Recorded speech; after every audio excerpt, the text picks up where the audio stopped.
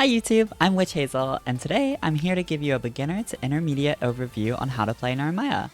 I've been playing her since Rising release, and I've won and placed in several tournaments, and I'm here to hopefully help you do the same. Steve with 0 VP is going to be huge for Witch Hazel, right? Having VP advantage is very important. You're still one hit from being able to die, so you got to play very clean at this point. And that's exactly how you start it up. You go for a shimmy, get the hits, and turn it into a kill.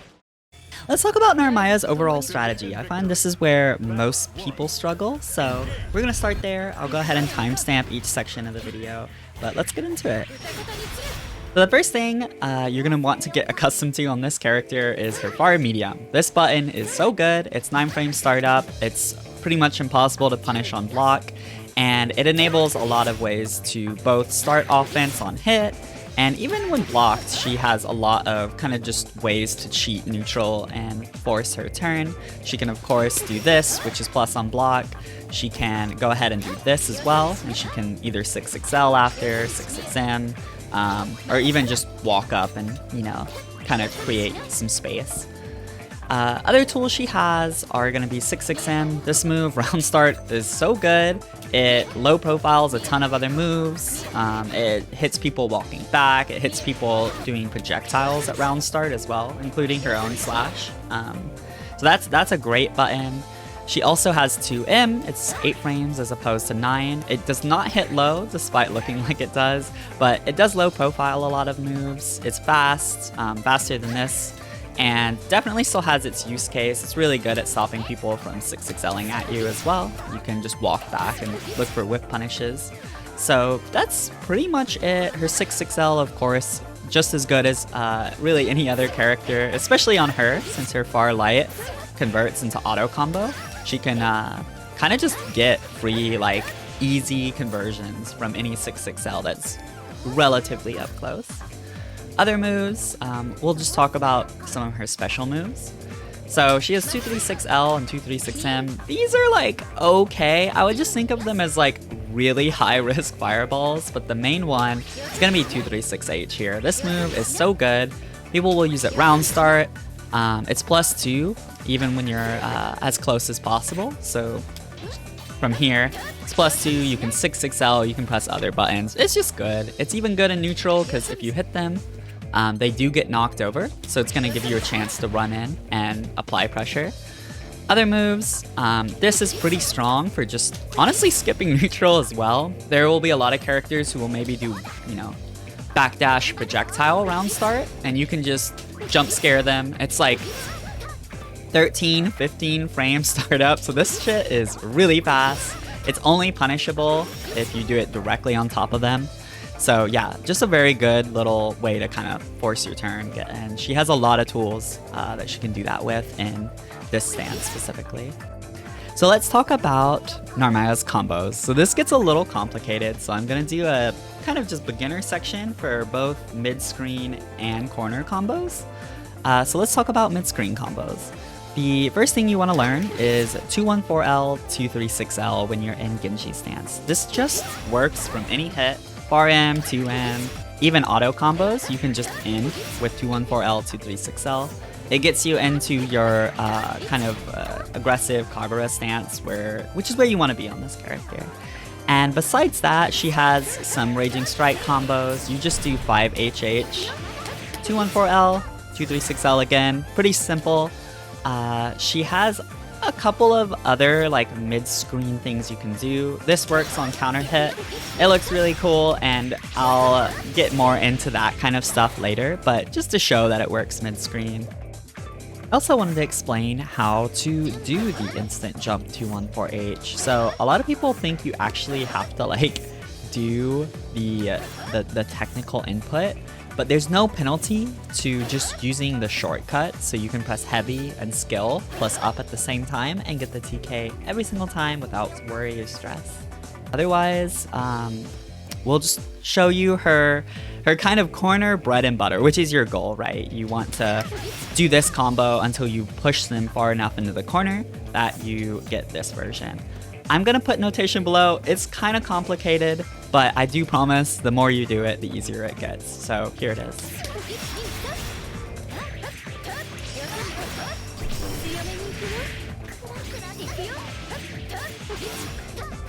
And that's it. This combo is the one you're gonna see the most from her. It's kind of her like default bread and butter. You'll always have 50 meter, which is really valuable because when you hit this move in that combo, it actually refunds 25 of the bar. So you're gonna be doing that combo basically anytime it's available. The other variation I'll show is just how to combo into super from essentially the same starter. So here it is.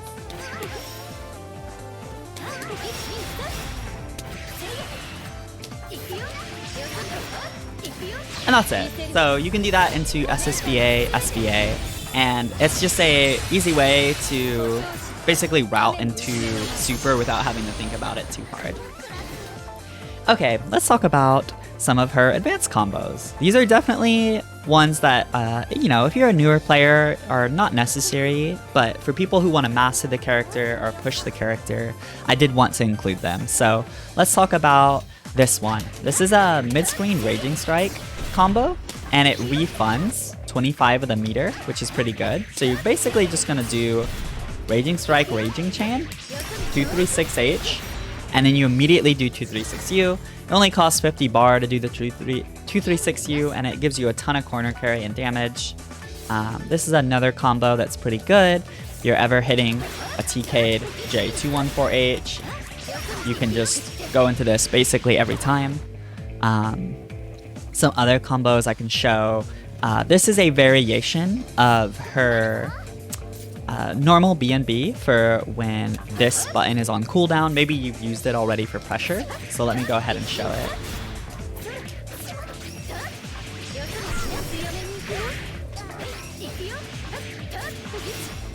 This combo just deals the most damage without using J214H, and it's also good because it still gives you a safe jab setup. We'll get a little bit more into that later, but this is the route I use. I know Koyao uses it as well, so definitely something worth learning. And then I'll show you also a 125 meter U skill combo. So it looks like this.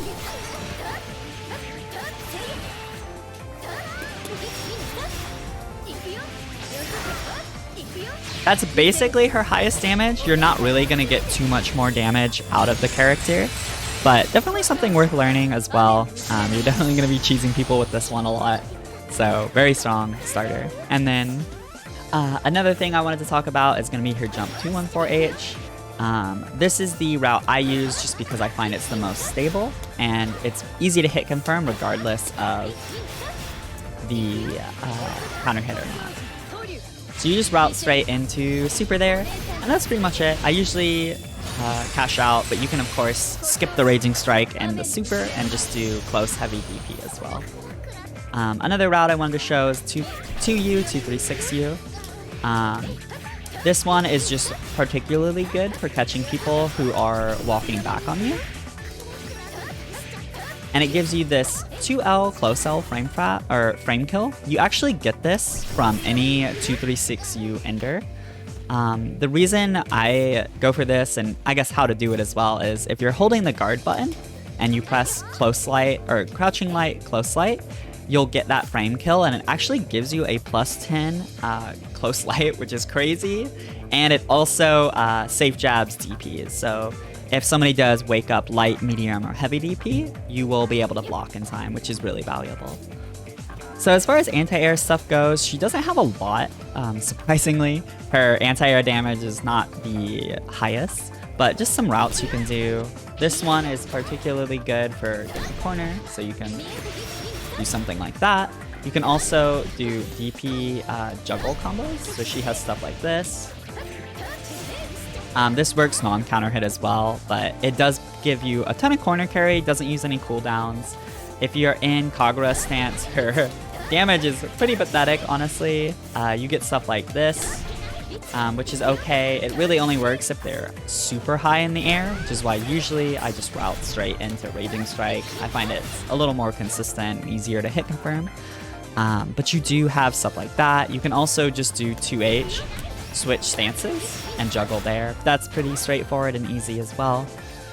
When it comes to non-counter hit, you're not getting a lot. Usually I see people just do something like this. Personally, I just spin the bar for Raging Strike if I have it, just to convert into easier, higher damage routes like the one we showed previously. In Kagura, you really don't get anything. I think you legit just get 2 HDP, and that's pretty much it. Which is fine, but again, you can just Raging Strike, Raging Chain for non-counter hit anti-airs. Another thing I wanted to point out is if you ever get like a stray air hit, or really just any stray hit, you can convert it into a variant of her corner combo using Raging Strike and Raging Chain, and it looks like this. And that's pretty much it as far as her advanced stuff goes. There's a few more, but I think for this guide, I want to keep it with just those examples. So anyways, let's move on. So let's talk about Narmaya's offense. I find this is where people struggle with her most because it requires a lot of stance dancing. So switching between, you know, Kagura and Genji. So I'm going to try and break it down. I'm going to do 2 sections, one for simple, just like beginner level offense, and then I'll do an advanced section. As far as beginner stuff, when you're in Genji, the Sheed stance, you're basically just looking to either get in with 6-6L or 236H. 236H is plus, and if you hit them with it, you basically get in for free, right? Because they're tumbling and you can just sprint at them after. So that's a pretty good way to get in. You can also just do stuff like this, you know, this will catch people walking back. You can also just run at them and do like bar H, 214H, 214H to get in and be +1.